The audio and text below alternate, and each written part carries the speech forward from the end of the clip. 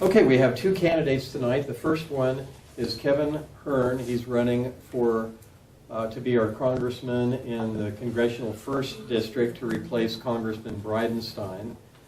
We have 5 candidates in that race, and I think that on anybody's list, Kevin would be considered a top-tier candidate. Very successful in business. How many McDonald's do you own? 10 McDonald's restaurants and multiple investments in different areas. One thing that was very interesting to me that I think is relevant is that there are 15,000 McDonald's restaurants, right? 3,500 franchisees, and you get about 30 people who volunteer. Basically, they become franchisee representatives to the franchisor. I'm a franchisee too, and I kind of get involved with my franchise, and so this is kind of fascinating. But he was the in charge of franchise relations, and then he spent, is it the last 8 years, did you say, as CFO? 5 years as Chief Financial Officer, which is major responsibility, and McDonald's operates in 120 countries, and they deal with 80 different currencies. And so think about what, and then you have different food preferences in different countries, and where you're changing menus here and there, and with the currencies, it's a very complex type of thing. So, and international affairs is a big part of being a congressman potentially. So, so that I think is something to really think about when we're evaluating the different candidates. A mutual friend of ours invited Kevin and I to sit at a table for the John 3:16 mission. Was it last Saturday? Yes. And so it was like a no politics type deal, but as we were talking about some different things, Kevin kept using the word free markets without any prompting, so my ears perked up. Another thing that I like to think about with a candidate is how accessible is the person. And Kevin has been here a few times before. When Rhonda's business was damaged by the tornado, he called and offered to help. And so I think that really says something for him. And outside there at the book table, one of his volunteers, Hopper Smith, had read like a bunch of these books that are out there on the table. And so he knew about Austrian economics, he knew it wasn't Australian economics. And so I don't know if Kevin is into any of that, but... Oh, yeah, I'm more than he has. I don't know if he listens to anything Hopper says, but at least he knows somebody who knows something about that. Exactly. Anyway, so here's Kevin.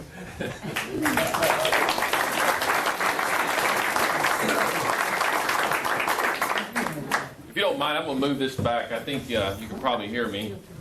I don't want to trip over that. I won't look good in front of the camera. First of all, I want to say thanks to Rhonda. You know, doing what she's done every day, and I'm not paying her any money, she's not paying me any money, but this is tough. It's tough fighting this battle every single day, both at the state level and the federal level, talking about stuff that was in our Constitution about free market principles and, limited governments. Those things seem like they don't even exist anymore. But a lot of things that are going on today are pretty crazy. As Tom mentioned, my name is Kevin Hearn, and I like to describe myself first. It wasn't always this way, by the way, but I like to describe myself first as a Christian. My wife right there, Tammy, led me to Christ at 31 years old. And all right. And I have the unique thing that I say everywhere I go, because I think it's important that I'll have the unique opportunity someday to be in heaven. And I'm assuming that your wife goes with you. You're going to be seeing each other. And it should be the person that got me there. So thank you. We have 3 kids. Our oldest is 28. He gave us our first grandson about 10 months ago almost already. So first time grandparents. A son is 22. That's graduated from OSU. And he's getting married in September. So it's kind of a busy season for us. His wife is from Texas. We won't hold that against him. And then we have our son, Caden, who's back here, who's walked in more parades. He just turned 17 in October, and he probably walked in more parades than most people have ever seen. but it's a fascinating opportunity for the family to be involved. So thanks for all of them being here. As Tom mentioned, been in business for a long time. Been at McDonald's for 31 years. That's a long time. I never dreamed in my life that a guy of my generation would spend that long in one business. I got hired actually a year prior to that as I came out of college as an engineer. I got hired 2 weeks before the space shuttle blew up in 1986, and it forever changed that industry. At the end of that year, a buddy of mine owned 6 McDonald's restaurants in Little Rock, and he said, hey, so that you're not out of a job, here's this McDonald's thing. And everybody knew that McDonald's at that time were very successful.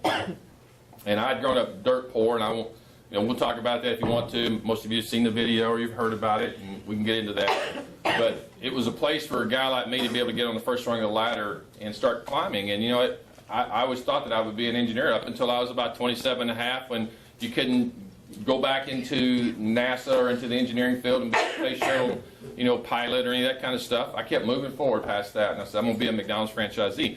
The only problem I had was I had that thing, money, that I needed. It's always the thing that gets in the way of a lot of stuff, a lot of dreams. But I was always a worker, and I spent about 70 or 80 hours a week working in McDonald's franchises. Got started in January of '87.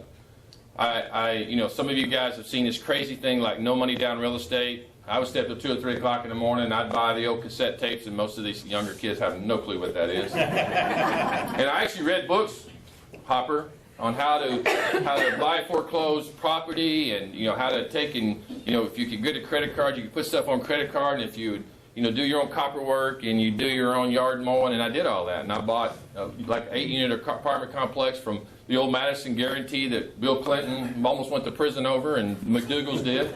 I bought one of those, so I know. I paid like 13 grand for it, and then sold it years later and financed it for a guy for 20 years who never missed a payment. And did these kind of things. Built a 3,600 head hog farm out by my mom and dad's old homestead, and my brother, who was kind of a knucklehead who liked to get in trouble all the time, I said, here's a place for you, play with the hogs. And he did that for 8 years for us, and Tammy and I literally sold a farm to buy our first McDonald's. And I wrote software for McDonald's franchisee. That was one of the things I did when I was in college. I learned how to write software for inventory, so I had kind of an ongoing business along with being in business, and did that for a long time. But when we sold the farm, got our first McDonald's restaurant, we've been working gazillions of hours. And we just had Kelby, who at that time was about 2 years old. And I was working like 9 days a week. And I looked up one day and I said, I'm making less money than I was working for somebody. How many of you all in business have done that? You're saying, holy cow, this isn't right. So about 2 years into that, we said, we got to figure out something to do. And McDonald's won't let you just go buy somebody's restaurant. Well, Muskogee, Oklahoma came open. And so we sold North Little Rock. We lived about 2 miles south of Camp Robinson Army Base. And we sold that restaurant, moved to Muskogee, Oklahoma. Literally knew that many people, 0. And we'd heard the only thing I knew about Muskogee was Merle Haggard's song. That was it. And Caden was born there. He's saying I was born there, yeah. So he is an Okie from Muskogee. But I'll tell you one thing about Muskogee that was unbelievable for us. It was a place that we loved on that community, and they loved back on us, and we went from 2 restaurants to 18 restaurants in about 7 years. We had everything from Muskogee all the way up the west side of town, all the way to Pawhuska. We probably could have had more, but we just literally could not grow people fast enough. It was unbelievable how the good Lord was taking care of us. And it was all because of what Muskogee, Oklahoma did for us. Some of my greatest friends are there. I got opportunities to do things I would have never gotten anywhere else in America. People gave us opportunities. We got involved in the bank, helped start a bank down there. Now it's about a $600 million bank. I sit on the executive board. Here's a kid that grew up in the Ozarks who had nothing. And I sit on the bank board, part owner in the bank. We got involved in the Workforce Investment Board. You guys know that the Clintons privatized all the workforce investment. I was asked, they didn't know me. They wanted somebody, an outsider, to chair this Muskogee County because everybody was fighting. The employment people were fighting with the Votex, were fighting with Northeastern State University, were fighting with all the private people, and they wanted somebody that had no background in Muskogee. And so the guy that's now our chairman of our bank said, would you chair that? And I did. And we started pulling people together and started moving forward, and the state guy said, hey, you're doing such a great job doing this, why don't you do the 7-county area? So I did all the 7-county Workforce Investment Area Board for about 3 years, where you got to see what it was like and what the problems were in Oklahoma about creating jobs. So that's a lot of stuff that I've done. Tammy and I started growing restaurants. We had to move to Tulsa to be in the middle of the restaurant growth, and that's why we moved to Tulsa. But as you fast forward here, Tom mentioned that he got an opportunity to move forward. So I've seen what happens, though, when big companies, big individuals get too much power. McDonald's had too much power in 2003, and they started reaching around the franchise agreement and saying, we need more of your money. And the franchisees started pushing back and said, enough of this nonsense. And at that time, there were about 4,000 franchisees, about 14,000 restaurants at that time, and they said, we need representation. So we went out across the system, found the people that are best qualified. And I was asked at that time if I would chair our franchise relations team. And what that meant, and a nice pretty term was, I was the chief complaint officer. Because never before in McDonald's history had any individual franchisee been the focal point for all the complaints in the system. And I will tell you, McDonald's did not like that. Because before, they would gather up all this information, they would keep it, and they say everything's just kumbaya.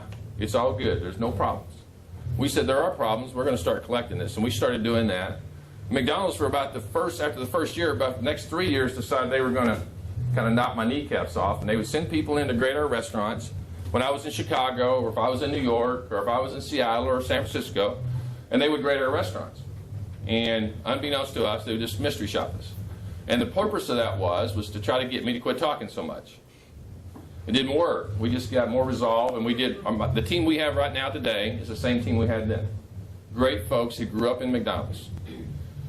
And after about 4 years, McDonald's said, well, if we can't beat them, we'll join them. We've got a few issues with the franchisees, and so we're going to start using your team to complain about the franchisees. I said, that's fine. We're not all perfect.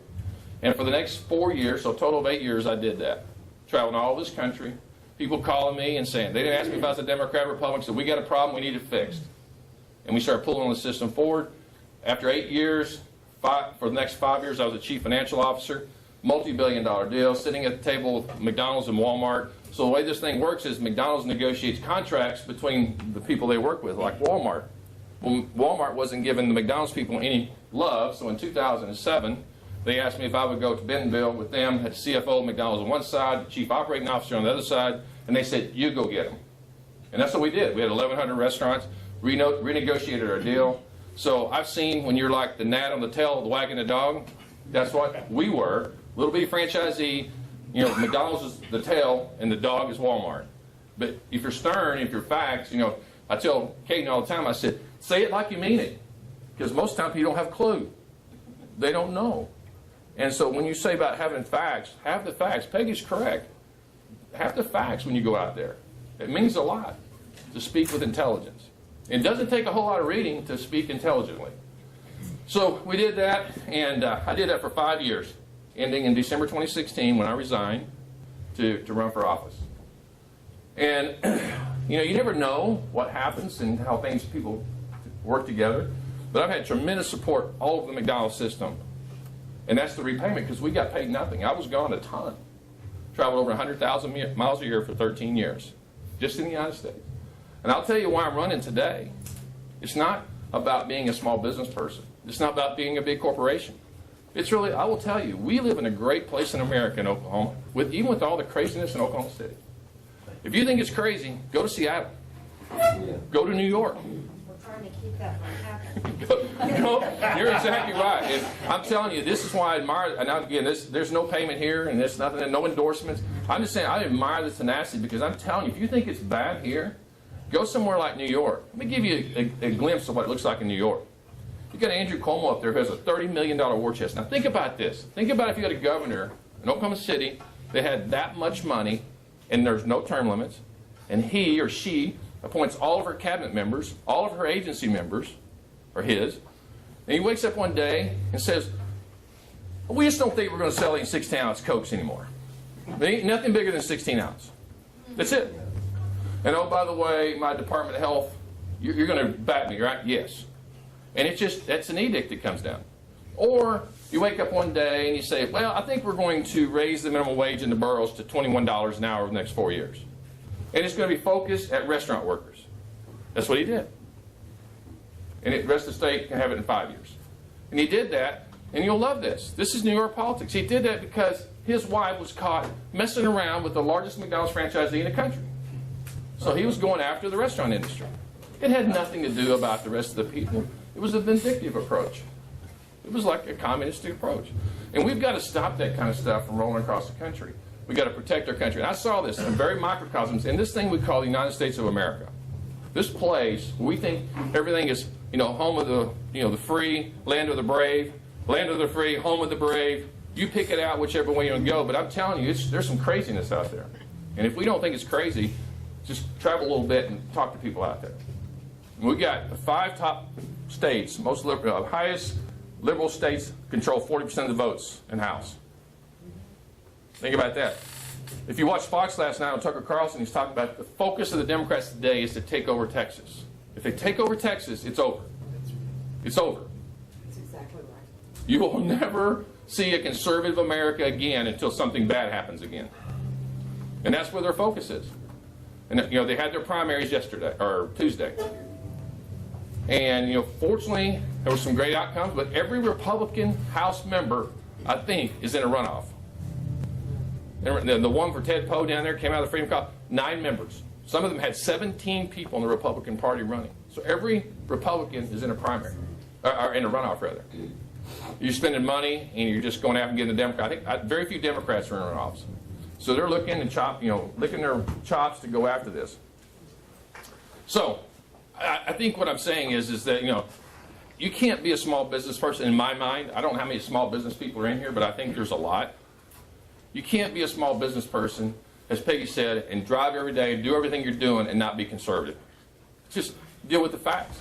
I've got an undergraduate in engineering, an MBA in finance. I'm about the numbers, about what are the facts. I don't need the government in our hair. I mean, who died and made them the most intelligent human beings in the world in Washington, D.C.? It's just not plausible to think that. What goes on here? I mean, you think about some of the craziness that went on just last year. I guess it would have been the year before last now. Time flies when you're having fun. The federal government woke up one day and said, we think everybody in America should make, if you're on salary, you should make at least $47,600 a year. It was actually $47,474 a year. So what you should make everybody a minimum wage to on the salary level. And they didn't have any arbitrary, just push that out there. And I will tell you, our delegation got involved and pushed back hard on that. But it was very, if President Trump had not won, that would be in play today. There have been many businesses, it would have cost me literally overnight $150,000 a year. Overnight. Not a thing. That was December 1 was the deadline of 2016. Obamacare. A lot of people talk about Obamacare and how crazy it is. And it's really, I think most people come from the perspective that it's old government overreach. It's creating a mandate that people don't want or want to pay for. I'll give you another perspective. I spent $200,000 extra, right off the bottom line, to pay for Obamacare. We're rocking over there. $200,000 extra for Obamacare that the people that took it blamed me for making them take it. And it had nothing at all to do with me. This was a force feed from the federal government. Yet the business owners were the one who were getting blamed for it. And the thing is, the rates have gone up so much that a $30,000 a year person has to spend about $8,500 before they get $1 of insurance. $1. And here's the thing that's crazy about it. I mean, we have a lot of people talk about long-term effects. Check out Obamacare. It was never much more than 2 or 3. You heard a lot the 50% rates and stuff, but it really, all the big penalties kicked in after the 2016 election, after Obama left. It's a miracle how that happened. It's coincidental. So, I'm glad that we've basically sort of neutered it right now, but we've really done nothing with Obamacare. We just removed the penalty right now. That's all we've done. There's nothing changed. We just said there's no penalty right now for the personal side. Me as a business person, I still have to report everything. If you have more than one McDonald's restaurant, you have more than 49 people. You're trying everything you can to figure out, how, all of a sudden, for years, if I give everybody a quiz in here, what a full-time work week is, everybody would say 40 hours. Yet, for Obamacare, it's 30. Why? They need more money to go to Washington, D.C. It's just crazy. So you got businesses, you got everybody figuring out how to stay alive. And it's amazing how that happens. So as we go through this whole process, I want to get to some questions and answers, but, I've taken this message across the entire district, and that's why people that understand what we're about, all of our endorsements are coming from Oklahomans, people who understand who Oklahomans are, what Oklahomans need, people like Dewey Bartlett, John Doak, people like Stuart Jolly, who you guys may know was the national field director who actually turned around Trump's campaign, who started AFP in Oklahoma, and this fine gentleman back here, Hopper Smith, who's read all the books. Yeah. So I'm going to stop. And I just want to say one thing before I get out of here. Don't let me forget this, but I'll come back to it because it's kind of a secret. But with that, I want to take some questions. Yes, sir. 3 questions. Are you pro-Second Amendment, pro-NRA, and pro-Trump? Can I start in reverse order? Yes, you can. I'm certainly pro-Trump. I love the guy. I mean, if you go back all the way to last year when I launched my video on March 9th, build the wall, bring manufacturing. I think he actually stole my plan. I'm just thinking. I don't know. I got to ask him about that someday. NRA, I'm a lifetime member of the NRA. Yeah. And you know, it's interesting. I had a gentleman ask me, Michael Phillips, with the Tulsa Christian businessmen. They got a big long thing. If I was pro Second Amendment, and I said, well, you know, I didn't really even know about the Second Amendment until I was probably 20 or 30 years old. And he said, oh my God. And he'll tell you this. I said, where did you grow up? He said, in Tulsa. I said, I grew up in the Ozarks. And I killed my first deer in the front yard of my house waiting on a school bus. I said, you know, we took guns to school every day. I said, you know, if we took a gun that was loaded in the house, I got my rear busted. If I pointed a gun, I don't care if it's a BB gun, I got my rear busted. And I said, so you learned gun education at home. You didn't have to go to deer hunting classes or squirrel hunting classes. I mean, we would hide guns under toe sacks when we walked to the bus. So when we got off the bus, we'd grab the guns and go hunting before we went home. So I'm a huge gun guy. Nobody's recording. I've got Glocks and AKs and shotguns. And you know what? I've got a 17-year-old son over there. We've got a place out in Porter. He just goes. Now, I'm going to give you guys one other thing. If you don't think gun education makes a difference, my wife, who never held a gun in her life, maybe a toy gun when she was little, I don't know, from her brother, she's always been scared to death of guns. So last November, I took the entire team. So Chrissy and Tammy and Katina and Sandy went. No, I already had mine. You already had yours. But a bunch of the people on our team went. And I had Roger Scott down in Jinx. I said, take him for a day. So we scheduled about 2 months out. So now then, you know, Caden comes home. I have to get on about the shotguns laying on the floor because it's my want because she knows what a gun is now. And all I got to do is keep her from getting a pink gun. So, pink guns are bad. Yeah. Yes, ma'am. What's your view on forced vaccinations? I think it's crazy. We were just talking about this yesterday. We have a friend who's had vaccinations. You know, when we grew up, you know, you had a few and you were scattered out over a long time, and now they're trying to get, you know, 70 or 80 or 60 or whatever the number is. I have a lot of folks on my team that they believe, and they're doctors, that their kids got autistic traits because of all the shots they got early on. I think we got to do a lot of, and I'm going to mess this up, but the aluminum that's in there, we have other friends who believe this later on. This has happened as well. I mean, we haven't got this figured out at all. Yes, ma'am. Ask one more. So, do you think that you know enough about the medical issues to be able to help to support a team to help to get rid of Obamacare and to be able to come up with a better program or something like that, or is that something you don't want to do because of the fact you don't have enough information? Oh no, I got a ton of information. Ton. I mean, when you look somebody in the eye that doesn't want to purchase it, they don't need it. And that's from purchasing. How about from all the standards that they put down on the doctors now? Yeah. So I've got doctors on my team. I've met with every hospital CEO. I've met with all the doctors groups as recently as yesterday morning. How about the nurse practitioner groups? I have not met with them. How about the naturopathic groups? I have with them. Give them a list. Yeah. But let me just say this. Let me just say this. This is why Obamacare will never work in America. If you truly believe in free market principles, limited government, Obamacare, a centralized health care system will never work. Once we start down that path, we might as well go to single payer because we're doomed. We're done as Americans. And, you know, Darlene mentioned Milton Friedman. Milton Friedman gives us an example of economics. You know, if you look at the value, if you've seen his value squares or whatever, If you go down to quadrant 3, he says, when I take your money and spend it on Darlene, I don't care about your money and I don't care about Darlene's health. It's the worst value proposition in the world for money. The best, however, is when I take my money that I earn, then sweat and keep, and I put it in my health savings account, and I can keep it, roll it over, grow it as big as I want to grow, that I will spend it for the best value on me. And if I choose to die because I don't spend it on me, then that was my choice. That is the difference between what we've got right now with Obamacare and what true free market health care is. I basically pay cash. Now, if I want to buy an insurance for catastrophic coverage, I can do that as well. If I want to buy insurance that has wellness and catastrophic, I can do that.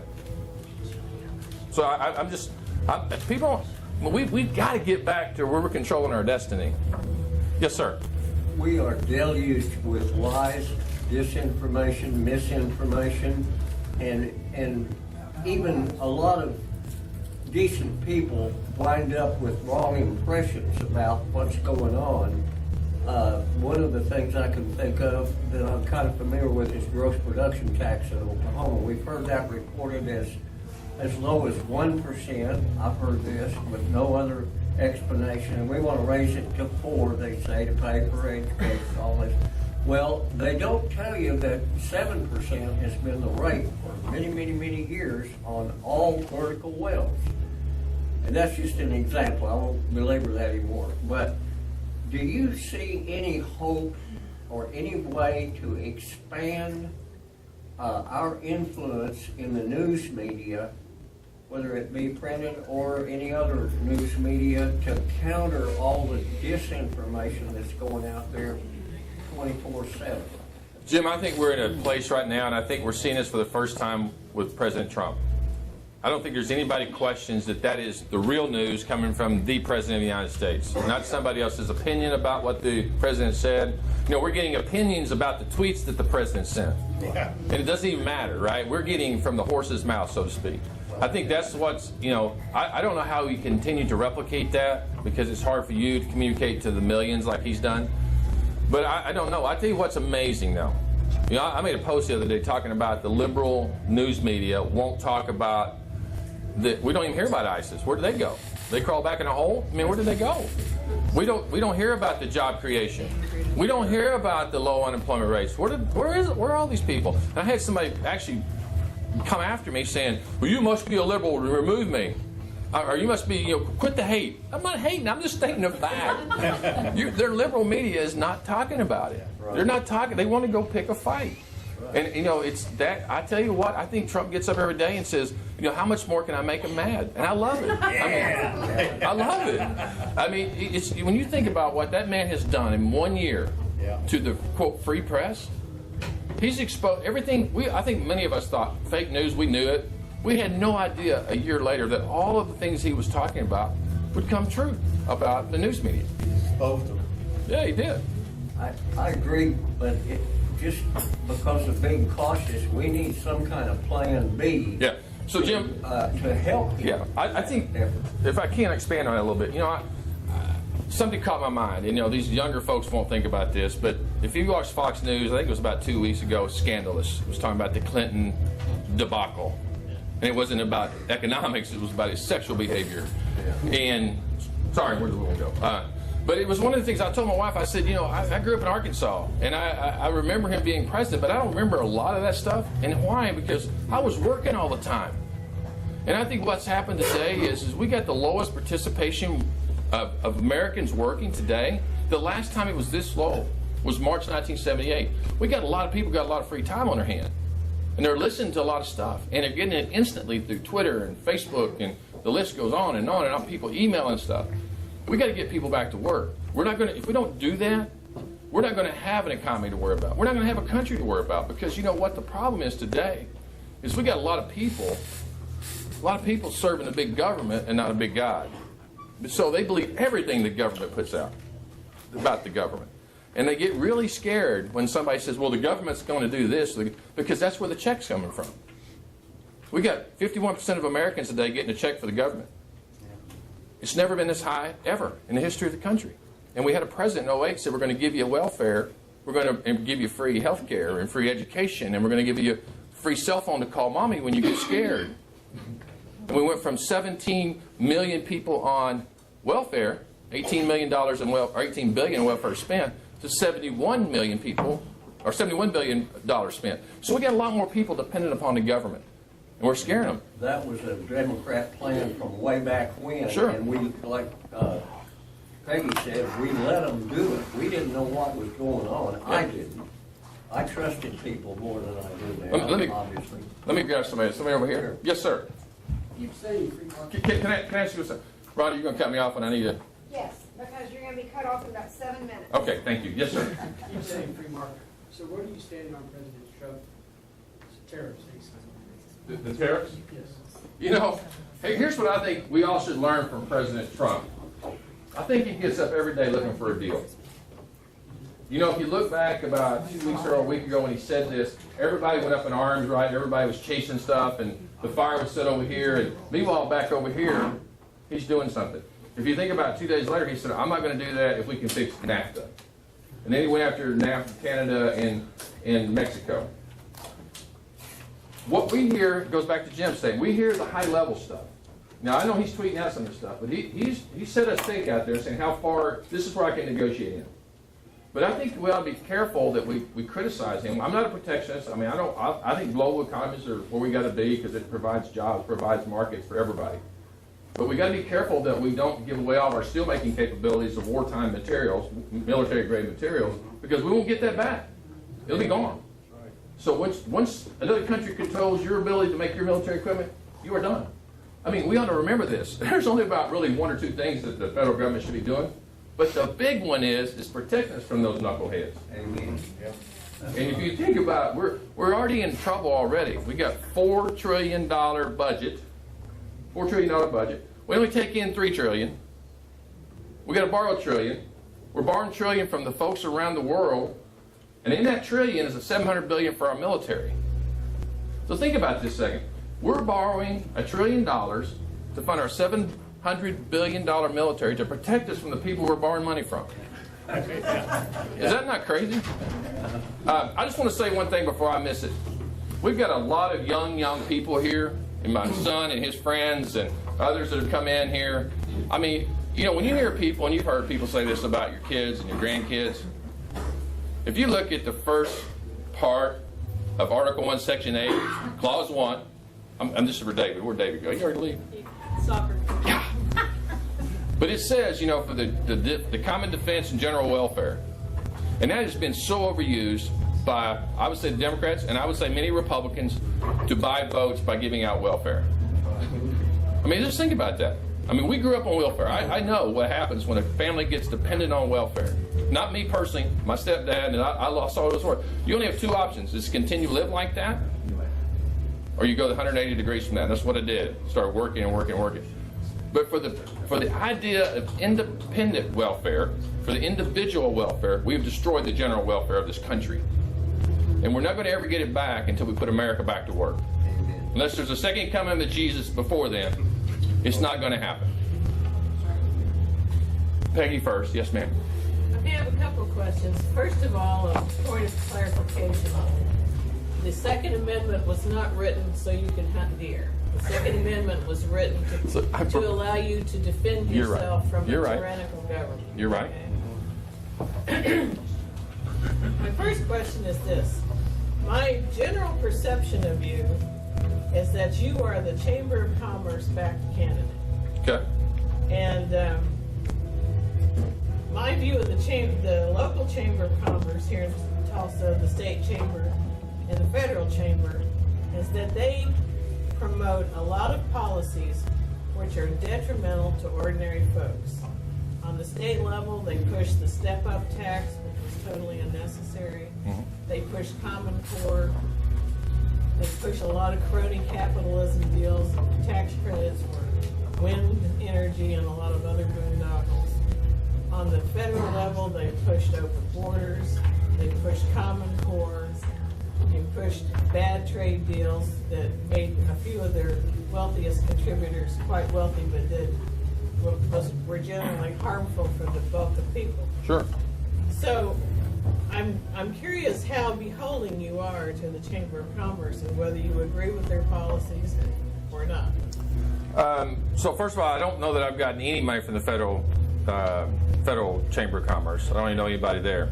The second one, at the state level, unless there's somebody from the Tulsa Chamber or some of the chambers in Wagner or Coweta or Jinx or Glenpool, unless they belong to that, I haven't gotten anything from the state chamber. I did speak to them. They're business people.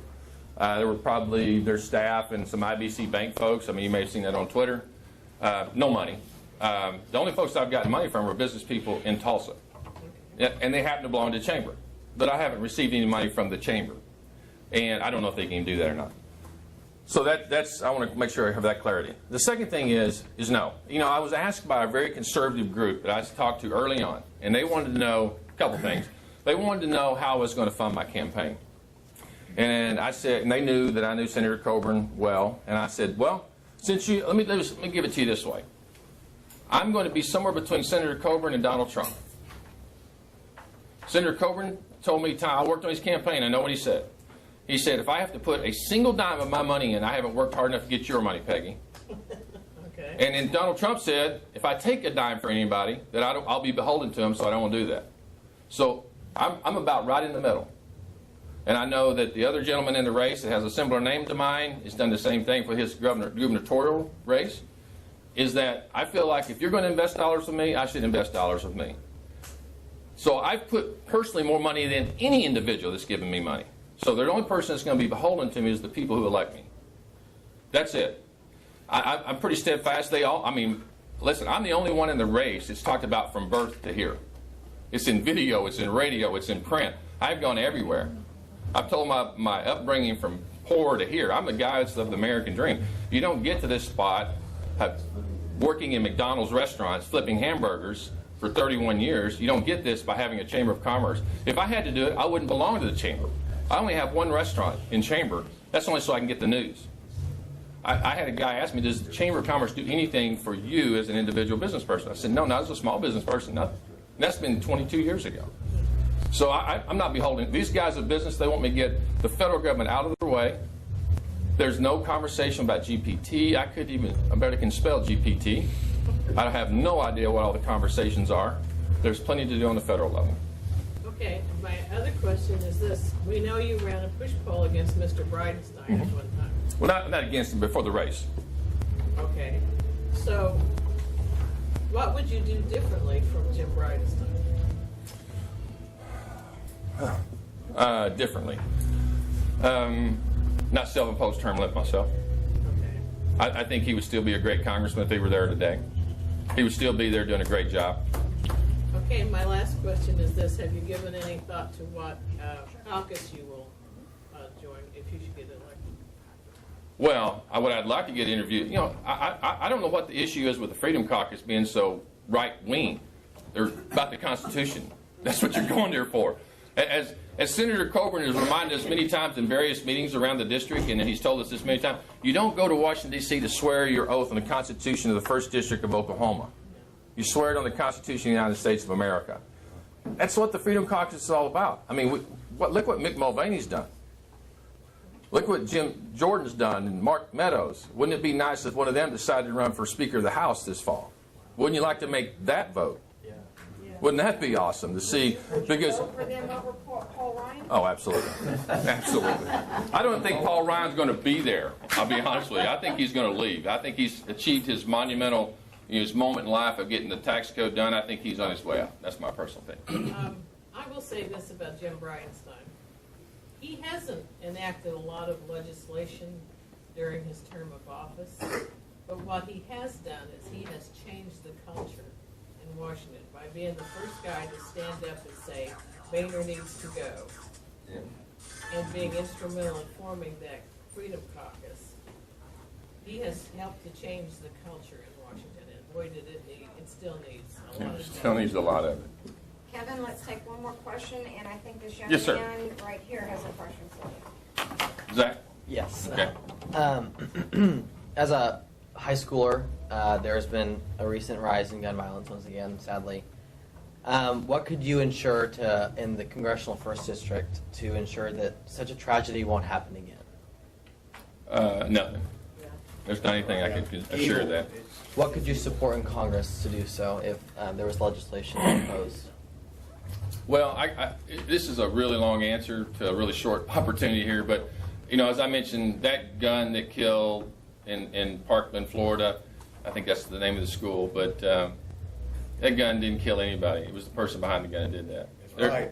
Right. And the real problem today, I'll be honest with you, and this is, if you think about, we know about that child. That child's dad died a long time ago. His mother died last year. His grandmother was raising him or doing her best. He was mad at the world. I'll take you down the pathway real quick here. It's about what you believe. If you believe God's for you, then you're going to, that's going to form your thoughts, your emotions, and your outcomes. If you don't think there is a God, and the only thing that's there for you is the government, you're going to be mad at the government. You're going to be mad at the world, and you're going to be mad at the people in the world, and you're going to go do bad things. And, I grew up with this. My stepdad he faked mental illness all the time. He was never crazy, but he did that for attention. There are people who want to get attention. How do you have the sanity to kill 17 people, and then when you go to the hearing, you ask not to be put to death? How do you have that kind of resolve about you? There's nothing wrong with that kid. He was just mad. I can't fix that. I really can't. One little thing. Yes, sir. There's 4 deputy sheriffs out on the ground with arms themselves. And none, went in and tried to stop anything. They're a bunch of cowards. Well, FBI knew 39 times prior to that, too. They got 39 calls. So there's a lot of things that we could hold those kind of folks accountable for what they didn't do. Real quick, Ken, I think Ken Yazel had a question, Yes, sir. and then we're going to wrap it up with you, if that's okay, Ken. Sure. I had a ton of them, but the main one is, how do you feel about the draft in the military? Ken, I've been chastised for this. I think every child that comes out of high school ought to serve at least a year. Make it 2 years. Or 2 years. 2 years. 2 years. I think what Israel does is awesome. The Bermuda does that as well. Everybody on that island, because I sit on the insurance board that's domiciled there, every person on that island has been in the military.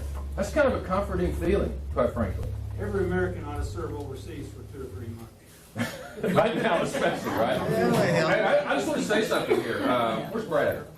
He had to leave. Oh, so Brad Heath, Tina's husband. Now, here's a guy that he was in the Air Force 4 years, 8 years. or 8 years initially, Yes. and then got out, raised a family, and just went back in so he could get his 20 in before he turned 60.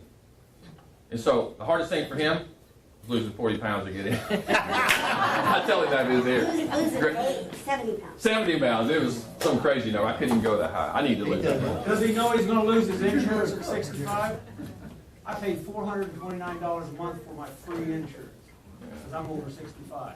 It's a travesty and a lie we bestowed upon all of our services. Okay, so one thing before I go, thank you all so much for the question, for this opportunity. But I just want to tell you all, so March 13th, which is Tuesday, is 9.12's birthday. 9 years old? Yes, 9 years old. That's And it's Rhonda's 39th birthday. So, I was 29 earlier. yeah, 29, okay. I aged you 10 years tonight. So let's just sing our happy birthday real quick. Happy birthday to you. Happy birthday to you. Happy birthday, dear Rhonda. Happy birthday to you. Thank you all. Okay, our next candidate is Dominique Block. He's running for lieutenant governor on the Republican side.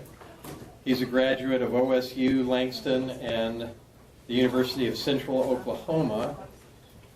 He's a business owner as well. He has a private investigating business and security. And I said, so do you track down cheating husbands? And he says, I'm way beyond that. So that should be kind of fascinating.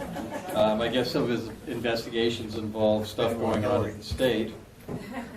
He does have some previous experience in politics. He ran for state rep in 2010, which was at House District 88, did you say? And that's a very blue district, apparently. They thought he would get 3% of the vote, and he got 40%, which is pretty good. Yeah. Dominic, tell us a little bit about what you got going. Sure. I'm good too. I think my voice carries by itself. First off, I want to give honor to God, because if it wasn't for God, I wouldn't be here right now before you. I want to thank Rhonda and all the members of 9.12 Tulsa, all the visitors. Thank you for the invite. Like you said, I'm from Oklahoma City, born and raised. I'm also a product of public schools, which is a little bit different now. Great situation. We'll talk about that later probably. But I graduated from Northeast High School before they changed and made it the academy. I attended Langston University off of a music and academic scholarship.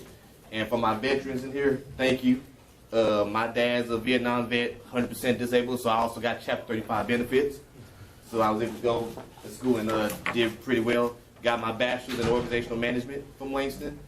I had some money left over from Chapter 35, so I said, well, shoot, might as well get my master's while I'm at it. So I went to UCO, or for some of us older folks, Central State. Yes. Okay, and got my master's in criminal justice management administration. Well, I still had some more money left over, so I said, well, let me just go to OSU. So they seem like a good conservative school at the moment, and they were compared to OU. And I got my associates there in public service. From especially, so I was learning from the great Dr. Robin Scott, Brad Robinson, and even Dr. Jack Huff. So I learned a lot of my conservatism. I definitely have to give credit to them. Like you said, I ran for state. So you got more conservative in college? Wow. Yes. And trust me, being the only black conservative in Langston, so it was and in UCO too. So it was a definite nice change of pace. Okay, definitely nice change of pace. Like you said earlier, 2010 I was running for state rep against Al McAfee at the time. House District 88 is downtown Oklahoma City, so it's a very liberal district. Like I said, I was waiting for to get 3%. They just straight told me, "Posa, 3%. You lucky I'm getting that." Well, I got 40. They said, "How in the world did you pull that off?" You know, because 88 is as liberal as North Tulsa. I said, well, it's all about the message and being able to articulate the message to the right folks. Okay. At that time, after I lost, I created I started my private investigation security firm. I pretty much told myself, I'm done with politics. The fire in the belly is not there. I'm just going to just have fun, stay in private business, keep it going. Then I had a client come to me, and they had an issue in one of the agencies. And so, dealing with patent infringement. So, I took the case on, because again, I had a degree in business. So I knew a little about intellectual property. Well, it got to the point to where that case is still ongoing, to the point that it might actually be going to trial here pretty soon. Because of that case, I saw how, well, we always talk about the deep state in D.C. You got deep state right there on Lincoln Boulevard in Oklahoma City. Okay, there's some serious issues there. Okay, and the swamp needs to be drained locally before we can worry about almost anything else. So I actually stepped down from my company as board chair and CEO because I want to run for lieutenant governor. So let me get to the meat of the issue while I'm even here, the reason why I'm running. And people always ask me, they say, "Oh, you're a black Jewish Republican. Why in the world you want to run?" I said, well, I got 3 issues. My 3 reasons for running.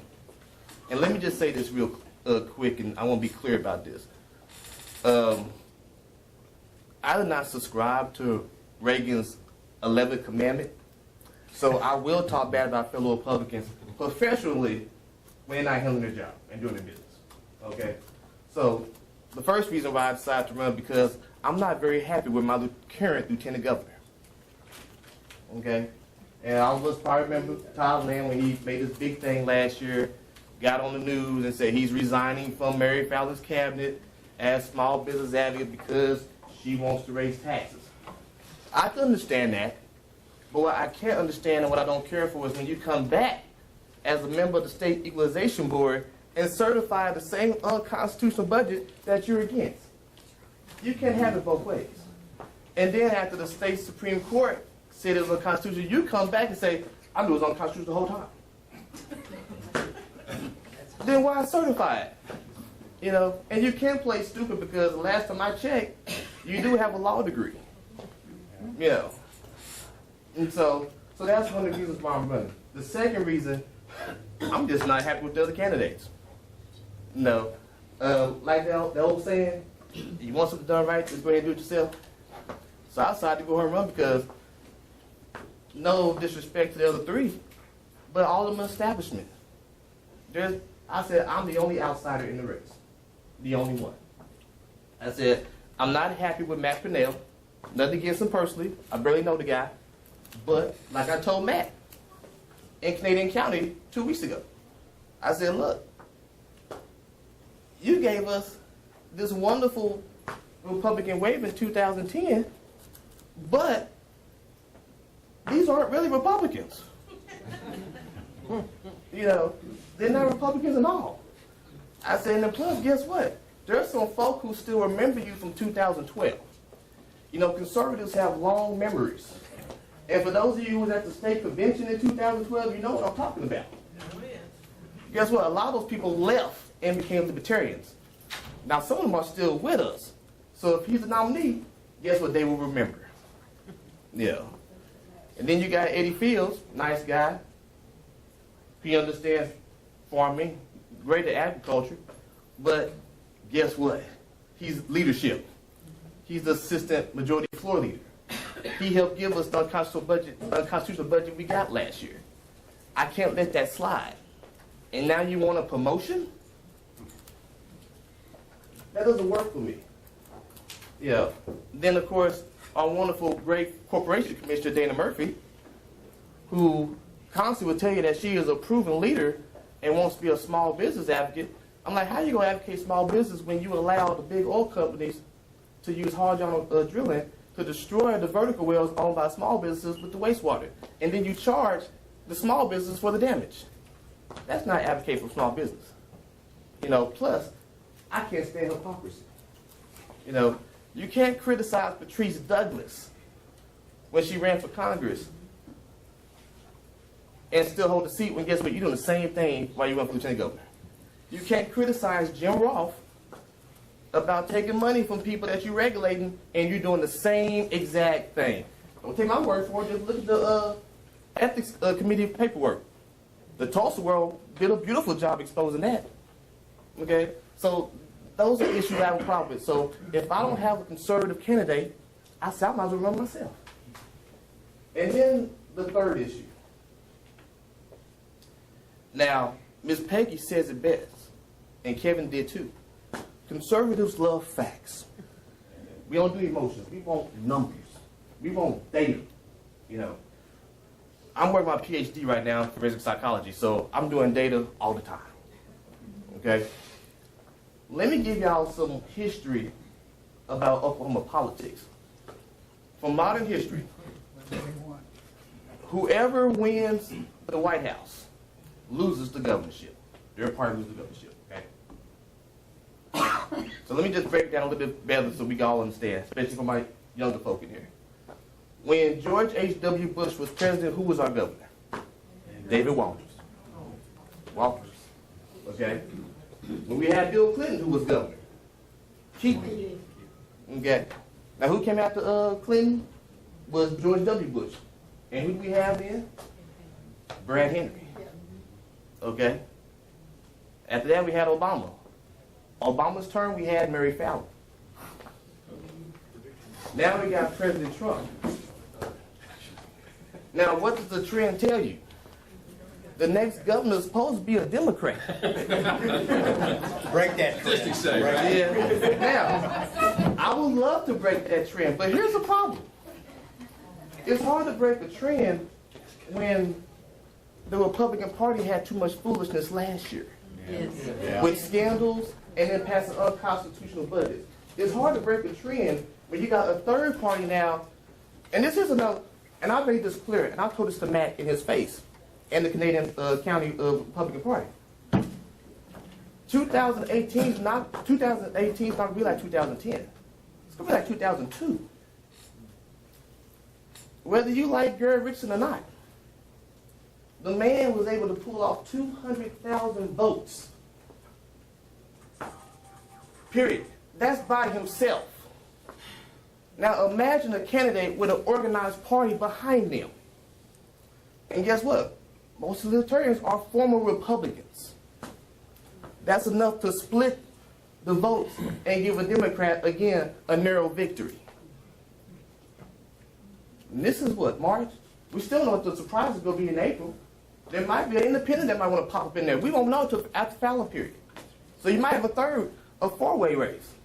And most independents in Oklahoma are still Republicans. They're conservative in nature. So you might have a Governor Connie Johnson. That should scare you. And see, we can laugh about it, but it's also, we be scared about it too. Because guess what? It can happen. And with Mary Fallon jumping state question 788 up to the primaries, guess what? Her people are ready to go. Okay, Drew's having a tough time, getting out there. I don't know if it's his age, he's having, I don't know, but Drew's not out like he has been. Maybe he's getting little hits, maybe some problems from losing to Jerry Atkins some time ago, I don't know. But Drew's not out there as much as Connie is. And I tell you what, Connie is out there. She uses social media hard. And those real left-wing progressives, they know how to, they're aggressive. They know how to get the votes out. Yes, they are. And they will get the vote, and they know how to use certain issues to help their candidates. We use facts. They use emotions.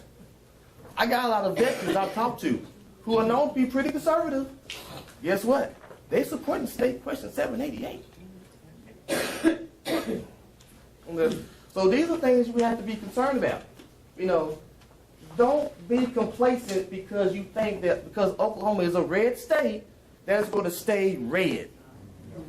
Okay? If you have not learned from last year, we had 8 special elections. We lost 5 of them. 5 in real red districts. It's because Oklahoma Republicans aren't behaving like Republicans. Exactly. And guess what? We're not losing by a landslide. We're losing by narrow, small votes. I can tell you what. I can tell you how close this was. In Oklahoma City, we had a school board race. Okay, Charles Henry became the first black person to win that district. Okay, the liberal. He won by 1 vote. 1 vote. And it did a recount. 1 vote.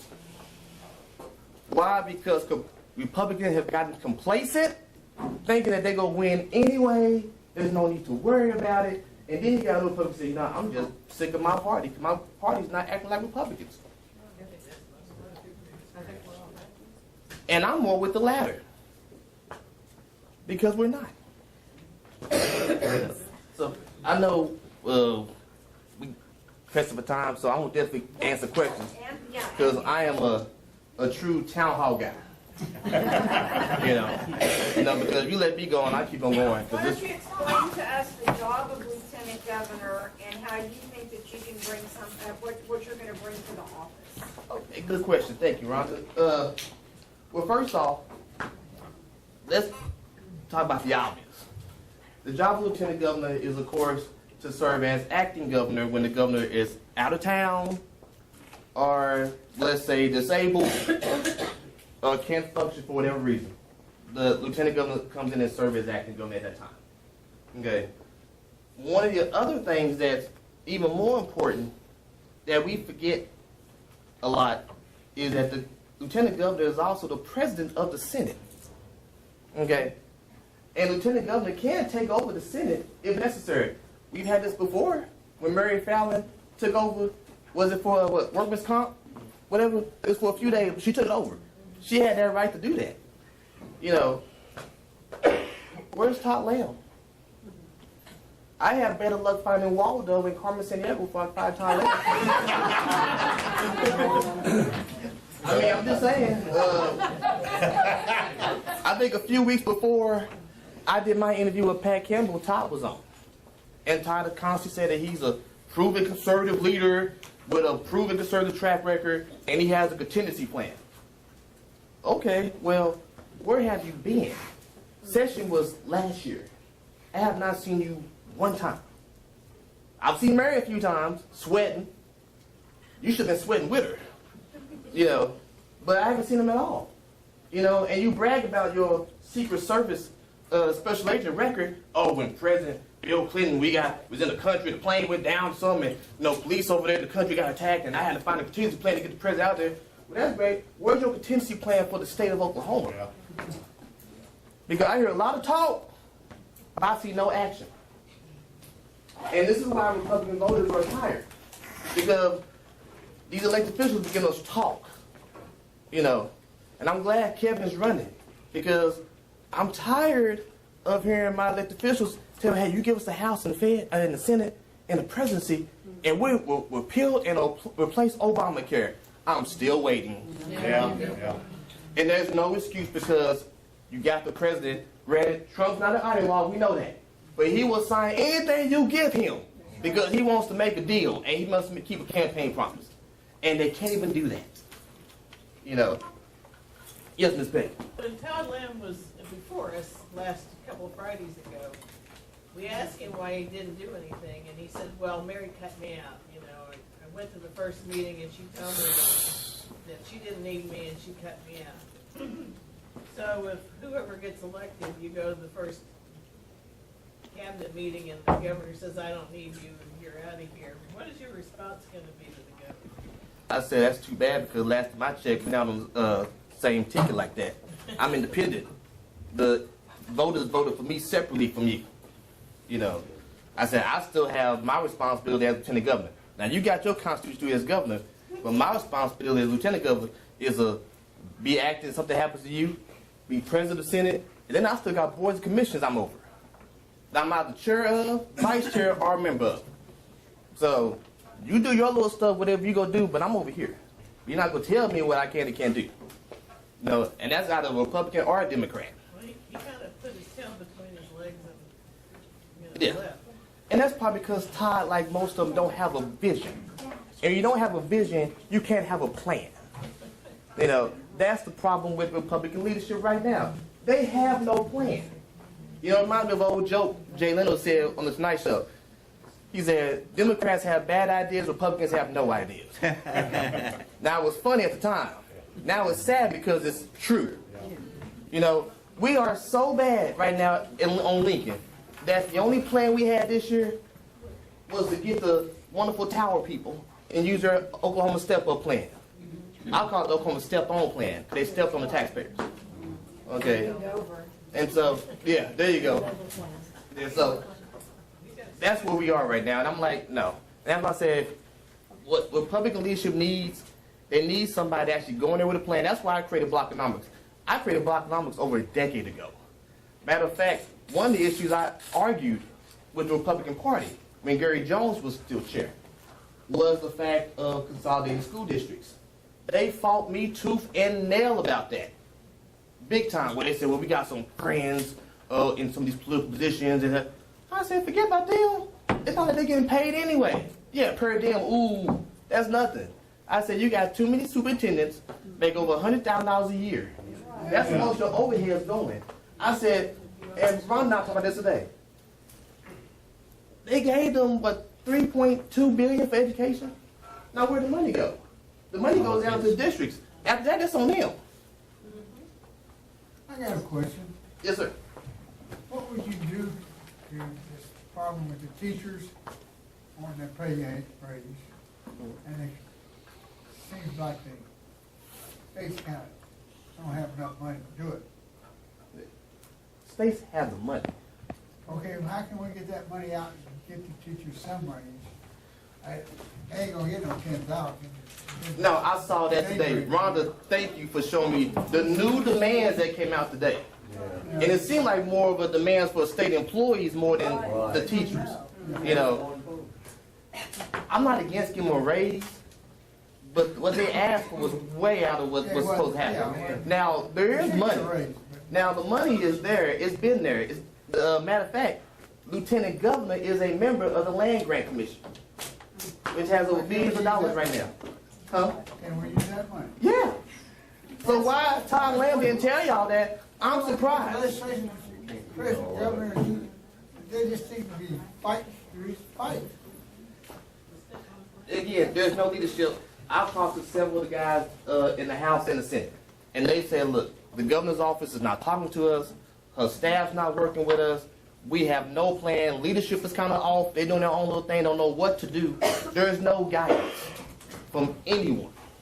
And so right now they're just picking straws, just trying to do whatever. And so that's the problem. But the money's there. It's been there. To make this work, if you give governor? Yeah. Oh, lieutenant governor. As lieutenant governor, I'm on the land grant commission. Okay. The land grant commission, the Constitution said we could take so much of the money out of there. Now there's over, God, I want to say over, last time I checked, maybe around 3-4 billion, give or take. I've been off the number, it's been kind of funny. I haven't slept since yesterday, so forgive me. Yeah, the money's there. So we can take the money out. So I don't know what the problem is. At the same time. And leadership that doesn't want, they are hell-bent on raising taxes. They are so big on wanting to raise, and this is why I have a problem with Republican leadership right now. How can you be a Republican and you want to raise taxes? That goes against everything that's even in our party platform. That's why I enjoy groups like you, groups like the Oklahoma Conservative Political Action Committee, the Republican Liberty Caucus, because, and I said this last week when I was speaking, I said it is time for the Republican voters to do some extreme vetting of candidates. You know, it's time. It's time. So, sir, what can we do to change the mindset for the Democrats to vote for the Republicans? The African Americans to vote for Republicans. We got to deal with policies that affect their issues. Not just them, that's any group. Yeah. You know, how long have it taken? This is why, and I'll give you a good example. Because I'm also Jewish. In 1995, we know Congress passed the Jerusalem Embassy Act. Okay? But every president from Bill Clinton on refused to enforce it. They kept getting a 6-month waiver constantly and constantly and constantly. I thought, well, when Bush got there, oh, we're going to be fine. Got a Republican there. Same mess. Okay? Thank God Trump gets there. He said, you know what? We're not doing the waiver anymore. We're going to actually follow the law. As the president, I'm going to enforce the law that Congress put. And we're going to move our embassy to Jerusalem. You know. Do it on the 14th of May, the 70th anniversary of the war. Yeah. Mm-hmm. State. And so, that's things like that is what. But here's the problem. You got Republicans who won't even go to North Tulsa or East Oklahoma City. How do you expect to get them and pass the message on if you won't even show up? Yeah. I give Trump credit. Now, granted, the black community hates him now.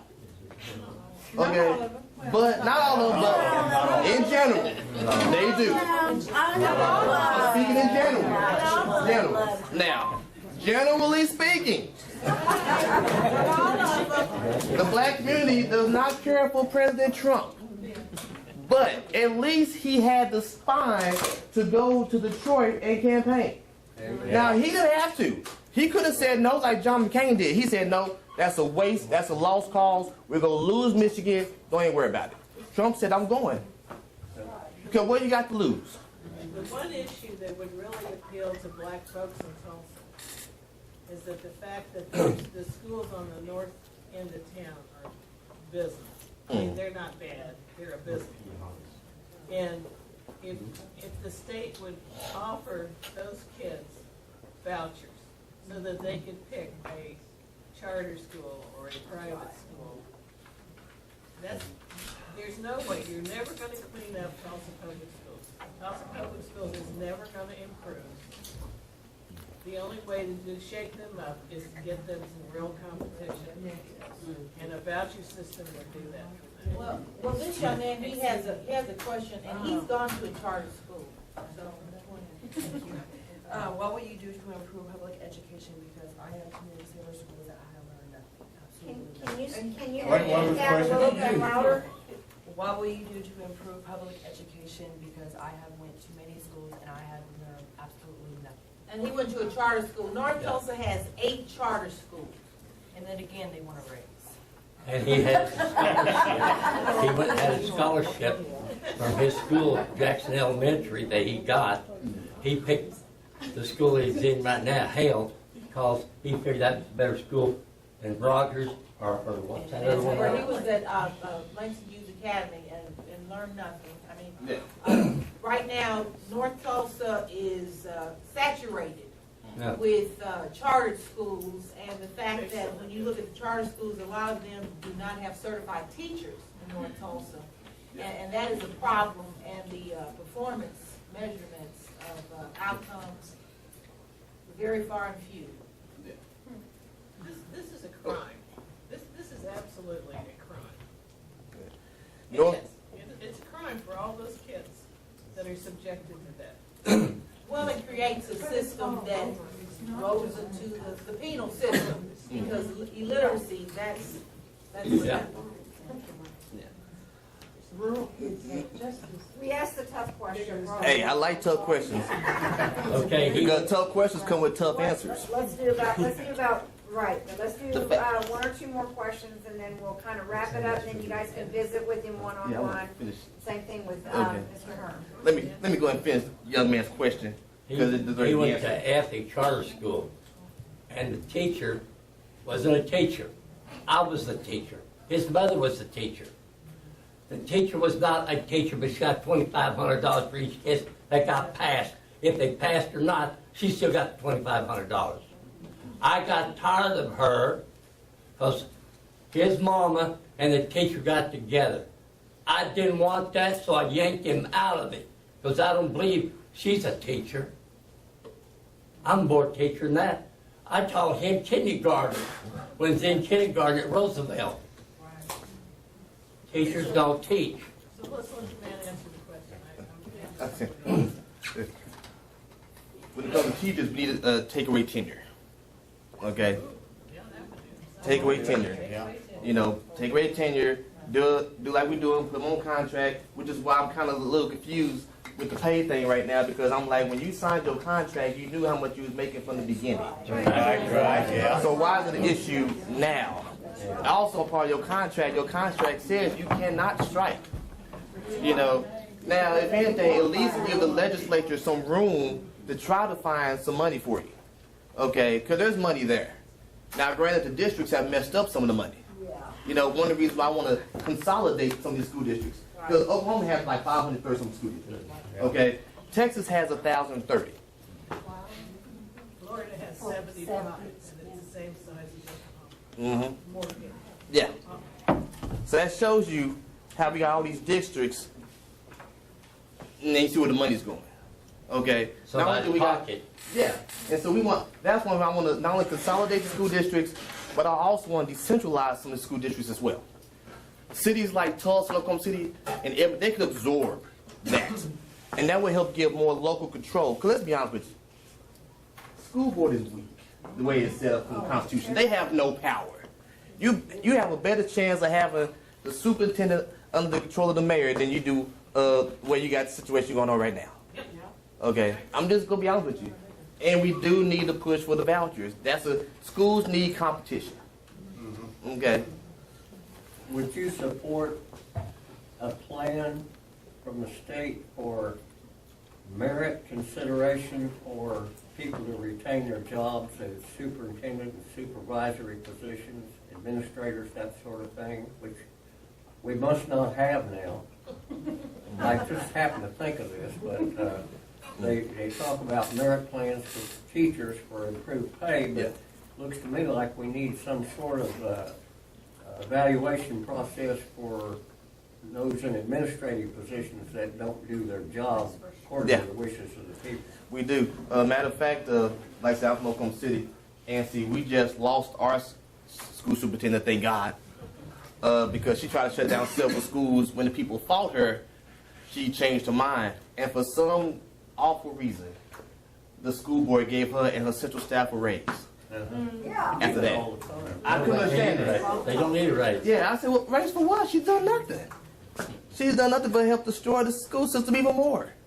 You know, we still dealing with lawsuits from these kids going to seclusion rooms still.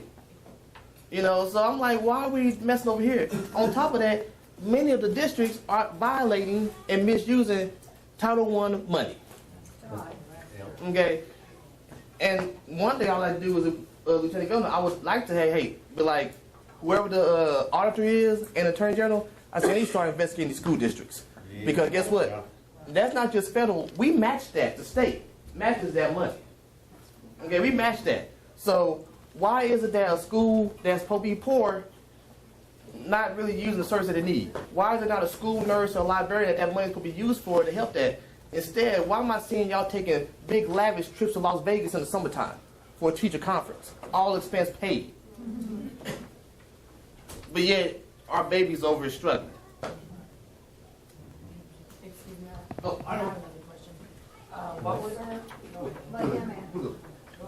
I'm about to make you angry, okay?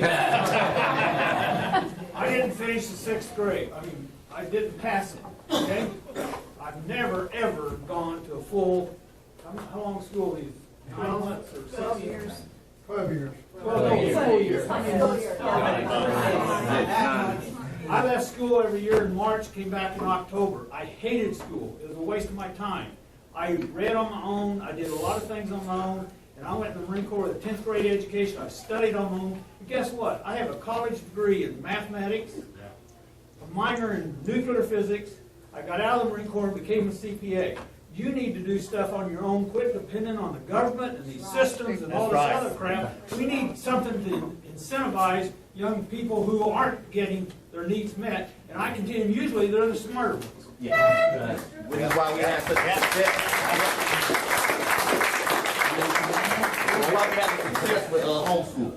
And they're going to the military without a high school diploma. It means nothing. They're going there to learn something. It's just a piece of paper. Yeah.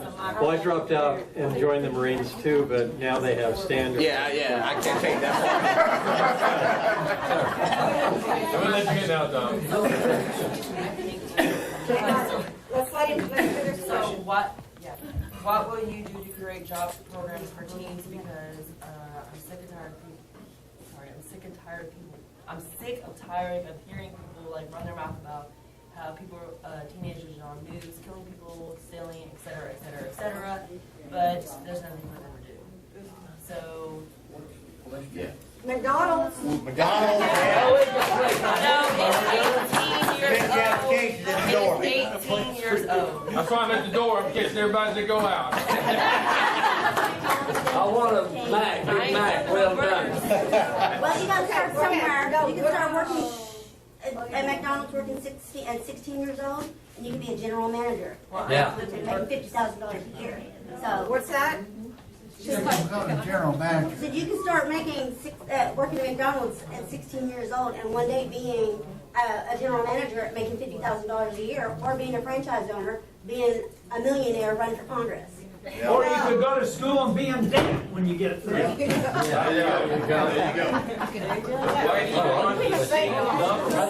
President of the United States, I have to have that. Do you? Okay, I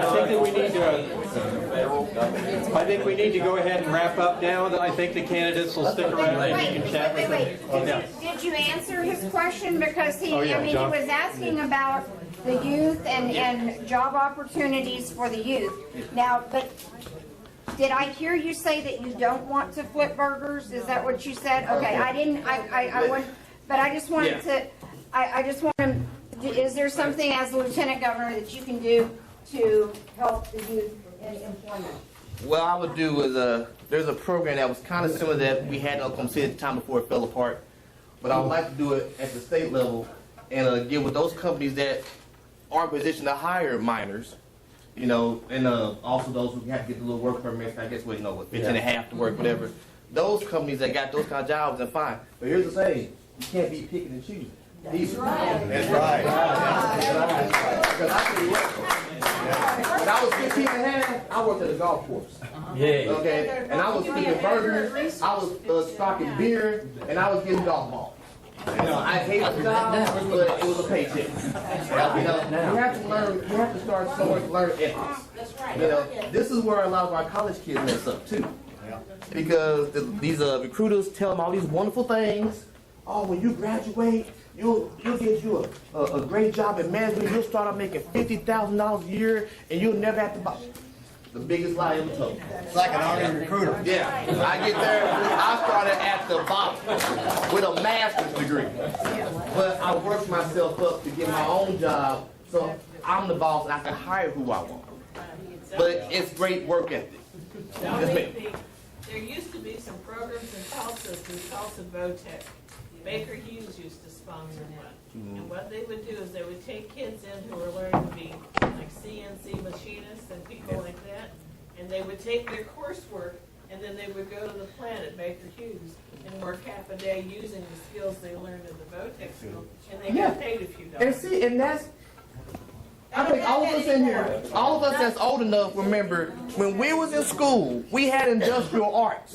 We had shop class. And we had even home ec. We had all these things. We was working on cars. These kids can't even change a tire. They can't even do to jump a car. They are taking these programs out of the schools and now say, well, guess what? These skills that you need to live off of to start a life, you got to pay for it at Metro Tech or VOTEC. We allow the school system to screw our kids. He's afraid to put on a welding hat. A little 6-year-old did it and passed the test. That's sad. Okay, we need to wrap up now. Thank you guys very much. Appreciate it.